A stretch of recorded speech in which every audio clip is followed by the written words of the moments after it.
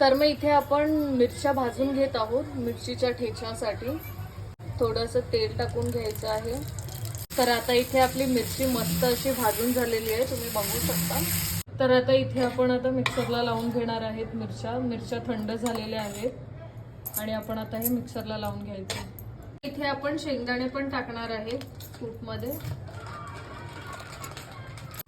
तसेच चवीनुसार मीठ. तर आता इथे मिक्सरला लावून घेतलेलं आहे, याची पेस्ट रेडी केली आहे, जास्त पण बारीक नाही केलंय.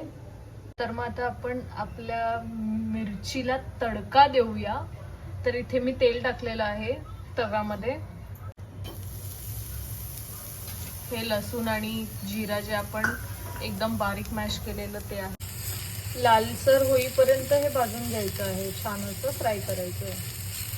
आता रेडी केलेली पेस्ट आपण याच्यामध्ये टाकून घेऊया आणि तिला पण छान असं फ्राय करूया.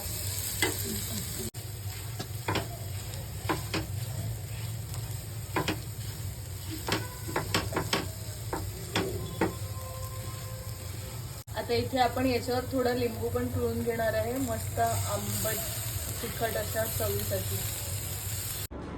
अशा प्रकारे आपला मिरचीचा ठेचा रेडी आहे.